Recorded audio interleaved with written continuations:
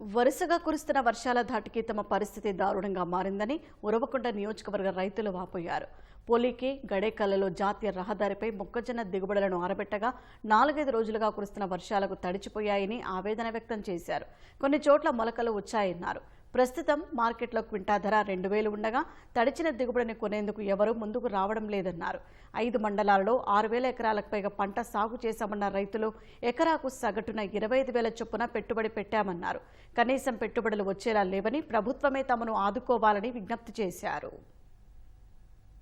నేను 9 ఎకరాలు సాగు చేసింటిని. కోత పోసిన తర్వాత వరుసగా వర్షం వస్తుంది. అవన్నీ నానిపోయి కలర్ రంగు మారి మొలకలెత్తి చాలా నష్టం జరిగింది. 12 నూర్లు 13 నూర్లు ఇట్లా అడుగుతున్నారు. దానికి చాలా నష్టం వస్తుంది. కొనేవాళ్ళు కూడా లేరు, మార్కెట్ సౌకర్యం కూడా లేదు. దానికి దయించి ప్రభుత్వం ఆదుకోవాలని కోరుచున్నాం. 4 రోజుల నుండి వాన వచ్చి నష్టపోతున్నాము. చేతికి వచ్చింది 150 అయిపోయింది. వాటికంటే అట్లా అడుగుతున్నారు. మీరే దయచేసి ఏమన్నా చూడవాలి. మళ్ళకొచ్చినాయన్ని చాలా ఇబ్బంది పడుతున్నాం. 4 రోజుల నుండి ఒకటే వానే పేరు తీసేది ఆరేసుకునే తలకి వాన వస్తుంది.